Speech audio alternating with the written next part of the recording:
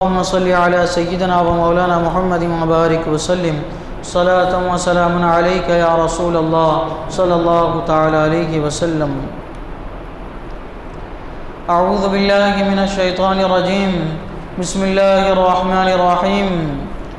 قال الملأ من قوم فرعون إن هذا لساحر عليم يريد أن يخرجكم من أرضكم فماذا تأمرون؟ قالوا ارجه واخاه وارسل في المدائن حاشرين یأتوک بکل ساحر علیم.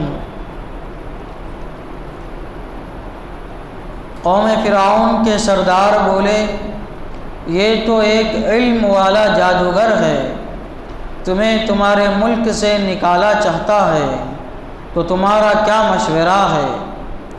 بولے انہیں اور ان کے بھائی کو ٹھہرا اور شہروں میں لوگ جمع کرنے والے بھیج دے کہ ہر علم والے جادوگر کو تیرے پاس لے آئیں. حضرت موسیٰ علیہ السلام فرعون کے پاس گئے اور آپ نے اس کو دعوت دی، ایمان کی. تو اس نے کہا نشانی دکھائیے. حضرت موسیٰ علیہ السلام نے اپنے عصا شریف کے ذریعے نشانی دکھائی اور ید بیضاء جو ہے اس کی نشانی دکھائی. تو فرعون اور اس کے جو دربار کے لوگ تھے، درباری تھے، انہوں نے کیا کہا دیکھنے کے بعد قوم فرعون کے سردار بولے. قوم سے مراد یہاں پہ فرعون کے قوم کے لوگ، یعنی فرعون کے ماننے والے لوگ جن کو قبطی کہا جاتا ہے. تو جو فرعون کو خدا مانتے تھے، جو فرعون کے کہے کے مطابق عمل کرتے تھے، وہ ان لوگوں میں سے جو اس کے خاص درباری تھے، اس کے جو وزراء تھے، اس کے جو امراء تھے، جو امور سلطنت کو سنبھالتے تھے، جو اس کے دربار میں رہتے تھے، انہوں نے کہا قال الملأ من قوم فرعون. قوم فرعون کے سردار بولے. کس سے بولے؟ آپس میں ایک دوسرے سے انہوں نے کہا.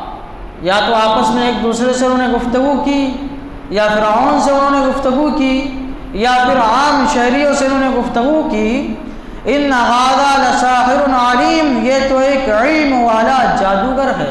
حضرت موسیٰ علیہ السلام کے بارے میں کہہ رہے ہیں یہ تو ایک ماہر جادوگر ہے. صرف جادوگر نہیں بلکہ ماہر جادوگر ہے. حضرت موسیٰ علیہ السلام کے معجزے کو انہوں نے جادو سے تعبیر کیا. کہنے لگے ان هذا لساحر علیم، یہ تو ایک علم والا جادوگر ہے. عربی میں جادو کو سحر کہتے ہیں. سحر کے معنی آتے ہیں چھپے ہوئے ہونے کے. اور جو سحری کا وقت ہوتا ہے اس کو بھی سحر اس لیے کہتے ہیں کہ اس وقت تھوڑا سا اجالا تو نکلتا ہے لیکن ابھی چیزیں چھپی ہوئی رہتی ہے، ظاہر نہیں ہوتی، اس لیے وہ کیا کہتے ہیں؟ سحر اس کو کہتے ہیں. اور جادو کو سحر کیوں کہتے ہیں؟ کیونکہ جادو کے ذریعے انسان شے کی اصل حقیقت کو چھپا دیتا ہے اور دوسری چیز پیش کر کے لوگوں کے سامنے پیش کرتا ہے. دوسری چیز دکھا کے لوگوں کے سامنے پیش کرتا ہے، اصل حقیقت کو چھپا دیتا ہے. اس لیے جادو کو بھی کیا کہا جانے لگا؟ سحر کہا جانے لگا. انہوں نے جب حضرت موسیٰ علیہ السلام کے معجزے کو دیکھا تو ایسی چیز انہوں نے پہلے کبھی نہیں دیکھی تھی. اور فرعون کے جو امراء تھے اور جو اس کے قوم والے تھے، ان میں جادوگر بہت کثرت سے پائے جاتے تھے. بلکہ پورے روئے زمین پر اس وقت جادو سب سے زیادہ مصر میں پایا جاتا تھا، کیونکہ فرعون نے دعویٰ کیا تھا کہ میں تمہارا رب ہوں، مجھے رب مانو. یہ بات ذہن نشی کر لی جائے کہ فرعون سے پہلے بھی لوگوں نے کہا کہ میں تمہارا معبود ہوں، تم میری عبادت کرو. میں تمہارا معبود ہوں، تم میری عبادت کرو، تم میری پوجا کرو، تم مجھے مانو. فرعون سے پہلے بھی لوگوں نے کہا، لیکن فرعون ایسا شخص تھا جس نے سب سے پہلے یہ دعویٰ کیا کہ میں تمہارا رب ہوں. معبود ہونے میں، رب ہونے میں فرق ہے. معبود کا مطلب یہ ہے کہ میں تمہارا معبود ہوں، الہ ہوں، تم میری عبادت کرو، میں عبادت کے لائق ہوں۔ تو اس میں پتھر بھی عبادت کے لائق ہو گیا، اس میں سورج بھی عبادت کے لائق ہو گیا، اس میں چاند بھی عبادت کے لائق ہو گیا۔ لیکن رب ہونے کا مطلب یہ ہے کہ میں تمہارا معبود ہوں اور تم کو پالنے والا بھی ہوں۔ یہ دعویٰ کسی نے اس سے پہلے نہیں کیا تھا کہ میں تمہیں پالنے والا ہوں، پرورش کرنے والا ہوں۔ فرعون سب سے پہلا ایسا شخص تھا جس نے کہا تھا کہ میں تمہیں پالنے والا بھی ہوں، یہ اس نے دعویٰ کیا تھا۔ تو جب اس نے یہ دعویٰ کیا تھا، اس کی دلیل کے لیے، اس کو ثابت کرنے کے لیے اس کو کچھ ایسی چیزیں دکھانا ضروری تھی جس کی بنیاد پر لوگ اسے رب تسلیم کریں، پالنہار تسلیم کریں۔ تو اس نے جادوگر اکٹھا کر کے رکھے تھے، روئے زمین کے بہترین جادوگر اس کے پاس تھے۔ وہ شوق دے بازی دکھاتے تھے، وہ جادو دکھاتے تھے، طرح طرح کے جادو دکھاتے تھے، اور جب جادو کو لوگ دیکھتے تھے تو کہتے تھے ہاں یہ صرف معبود نہیں ہے بلکہ یہ رب بھی ہے۔ تو یہ جب حضرت موسیٰ علیہ السلام نے معجزہ دکھایا تو جتنے اس وقت کے بڑے بڑے جادوگر تھے حیران شزدر، ایسی چیز تو انہوں نے پہلے کبھی نہیں دیکھی تھی۔ تو کہنے لگے وہ لوگ جو جادوگر تھے، یہ صرف جادوگر نہیں ہے، یہ بہت بڑا جادوگر ہے، یہ اس فن میں کیا ہے، ماہر آدمی ہے۔ حضرت موسیٰ علیہ السلام کے بابت وہ لوگ یہ کہنے لگے، اور کہنے لگے بہتان لگاتے ہوئے، یرید ان یخرجکم من ارضکم، تمہیں تمہارے ملک سے نکالنا چاہتا ہے۔ یہ جو شخص آیا ہے یعنی حضرت موسیٰ علیہ السلام، اے بادشاہ سلامت، اے فرعون، یہ ان کا کوئی مقصد نہیں ہے، ان کا مقصد یہ ہے کہ تم کو مصر سے نکال دے اور خود تمہاری کرسی پر بیٹھ جائے، بادشاہت کرے، یہ ان کا مقصد ہے۔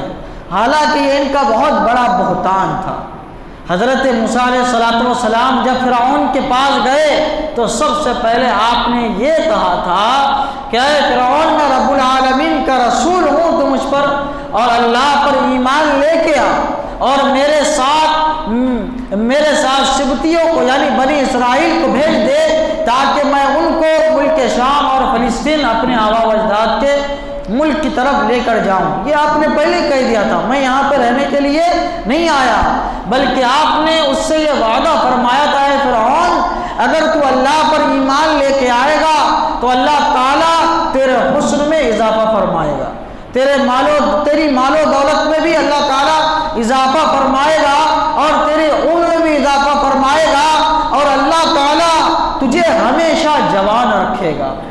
600 سال اس کی عمر تھی، 400 سال اس نے بادشاہت کی تھی، کبھی بیمار نہیں ہوا تھا، کبھی اس کے سر میں بھی درد نہیں ہوا تھا۔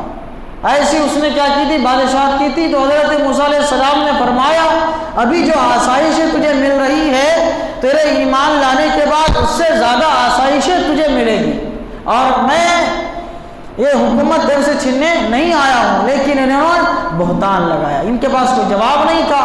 تو آخر کار جو جواب تھا انہیں دیا، جو ان کو سمجھ میں آیا کہ یہ فرعون سے کہنے لگے تم کو تمہارے ملک سے نکالنا چاہتا ہے، فماذا تأمرون، تو تمہارا کیا مشورہ ہے۔ انہوں نے آپس میں کہا کہ ہم لوگوں کو کیا مشورہ کرنا چاہیے، یا فرعون سے کہا کہ تمہارا کیا مشورہ ہے بتائیے، یا فرعون نے ان سے کہا کہ جب معاملہ ایسا ہے تو بتاؤ میں کیا کروں۔ قالوا ارجع واخاك وارسل في المدائن حاشرین، تو ان لوگوں نے کہا کہ انہیں اور ان کے بھائی کو چھوڑ دو، ان کے حال پہ چھوڑ دے، ان کو رہنے دو، وارسل فی المدائن حاشرین، اور شہروں میں لوگ جمع کرنے والے بھیج دے۔ یہ انہوں نے کیا کہا، فرعون کو مشورہ دیا، یا فرعون نے ان سے کہا۔ اب ان کی ناک کا مسئلہ بن چکا تھا۔ اب یہ لوگ سمجھتے تھے کہ سب سے بڑے جادوگر تو ہم ہیں، سب سے بڑے شعبدہ باز تو ہم ہیں، سب سے بڑے خرق عادت کام کرنے والے تو ہم ہیں، لیکن ایک شخص آیا جس نے اتنا بڑی چیز کر کے دکھا دی، اب اس کا توڑ تو ہونا چاہیے، لیکن نہیں تو پھر لوگوں کا اعتماد ہم پر سے اڑ جائے گا، ختم ہو جائے گا۔ تو پھر کیا کیا جائے؟ تو فرعون نے کہا کہ مصر کے ارد گرد جتنے شہر ہیں جو جادوگر بستے ہیں، ان ان کو جمع کرو۔ ان کے حواریوں نے کہا، فرعون کے وزراء نے جو اس کے حواری تھے، درباری تھے، انہوں نے کہا فرعون سے سب کو کیا کرو، جمع کرو۔